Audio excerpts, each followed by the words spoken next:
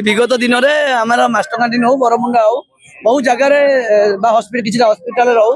बहुत जगह कस्टमर को हैरान होगा पड़े ड्राइवर मान को हैरान होगा पड़े गोटे जगह जो ऑनलाइन बुकिंग कर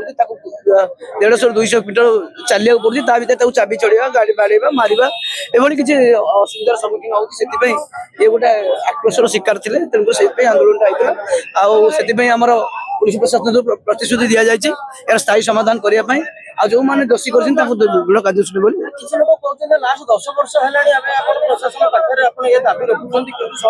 आम गोटे बोर्ड मीटिंग थिला ट्रांसपोर्ट कमिशनर अमिताभ सर थे डीसीपी थे टोटाल एसपी लेवल थे कही ओडिशा यात्री जो चलुच ओडिशा यात्री जेहतु ओडिशा सरकार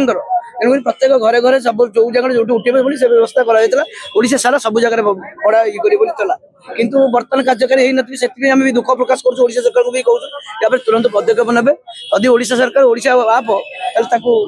कौन कार्य करेंगे केमी आगामी दिन में लोक सुविधार सर्विस पाइबे गोटे वयस्क गोटे महिला सुरक्षित रोटे वयस्क गोटे छोट पिलाटे केमी गोटे जगह पहुंची पार सरकार डिपेंड कर सरकार स्थायी समाधान कर देश स्वाधीन है एत वर्ष है किंतु जड़े बेपार कर जगार पैसेंजर उठानी से जगार उठा